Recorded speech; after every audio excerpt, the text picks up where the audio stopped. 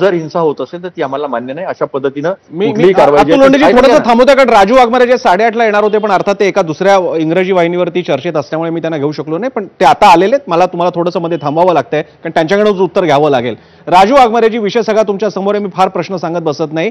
संजय गायकवाडांचं करायचं काय? संजय गायकवाडांनी जी ऍक्शन घेतलेली आहे, ज्या प्रकारची वर्तणूक केलेली आहे, ती वर्तणूक निषेधार्ह आहे. ती त्यांची वैयक्तिक वर्तणूक आहे, पक्षाशी त्याचा संबंध नाही. आता आमदार निवासात राहणारा आमदार माणूस आहे तो, आणि त्यांनी त्याच्याबद्दल नंतर विधिमंडळात उत्तर दिलेलं आहे.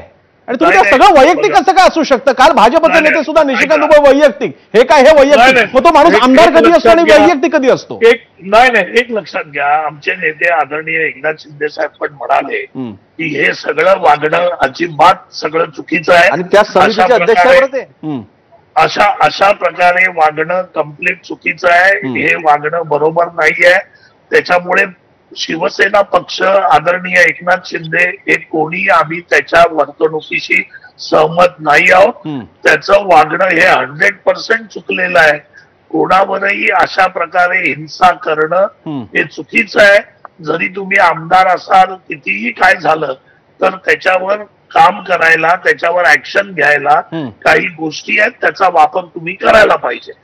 त्याच्यामुळे या बाबतीत आम्ही तेच बोललो, तेच आम्ही MNS आणि UBTच्या बाबतीत पण त्यावेळी बोललो की हिंसा नको.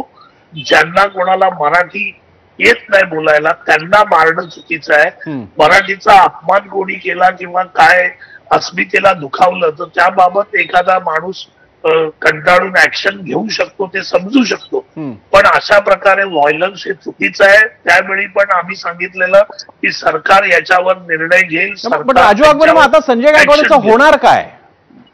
विरोधक म्हणतात कारवाई करा. मग मला माहित नाही विधिमंडळात काही कारवाई कराल का, कारण शेवटी तुम्ही स्वतःच्या आमदाराचं निलंबन कशाला कराल? की केलं तर तो एक आदर्श ठरेल. किमान पक्षांतर्गत पक्षशिस्त समिती तुमच्याकडे असल्यास तसं तरी काही करणार आहात का? काय कारवाई काय झाली नेमकी? नक्की पक्षांतर्गत त्यांच्यावर इलाज केला जाईल. त्यांच्यावर साहेब पण स्वतः म्हणाले, शिंदे साहेब, की आम्ही त्याच्या बाबतीतला निर्णय घेऊ आणि पक्ष त्यांच्यावर कारवाई करेल आणि त्यांना समज देईल की अशा प्रकारचं वर्तणूक कधीही चालणार नाही आणि अशा प्रकारची वर्तणूक होता कामा नये, असं शिंदे साहेबांचं स्पष्ट मत आहे. त्याच्यामुळे आम्ही कोणाला पाठीशी घालत नाहीये.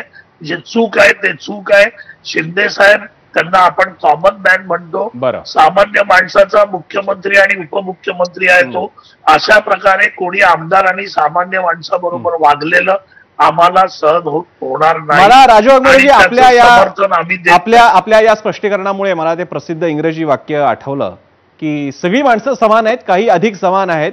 एकनाथ शिंदे कॉमन आहेत, संजय गायकवाड सुद्धा कॉमन आहेत, मात्र ते जरा अधिक कॉमन आहेत आणि त्यामुळे कधी कधी ते अनकॉमन गोष्टी करतात ज्या आमच्यासारख्या कॉमन लोकांनी समजून घ्यायला पाहिजेत. पण ते आम्हाला कॉमन सेन्स नाहीये तेवढा, आणि म्हणून हे राजकारण सुरू राहतं. पण हरकत नाही राजू वाघमारेजी, आपण शेवटी का होईना कार्यक्रमात येऊन आपली आणि आपल्या पक्षाची भूमिका मांडली, यासाठी तुमचे आभार. या चर्चेत आपल्याला अतुल लोंढे, सुषमा अंधारे आणि शिवराय कुलकर्णी यांनी सुद्धा, शिवराय कुलकर्णींचे किमान आभार खरं तर राजू वाघमारे यांनी मानले पाहिजे. स्वतःच्या मित्रपक्षासाठी त्यांनी सगळा किल्ला लढवला, त्यांचाही आभार. इथेच थांबणार आहोत. ब्रेक नंतर आजच्या प्रश्नाबद्दलचा कौल लोकांनी काय दिलाय तो पाहूया. पाहत राहा एबीपी माझा.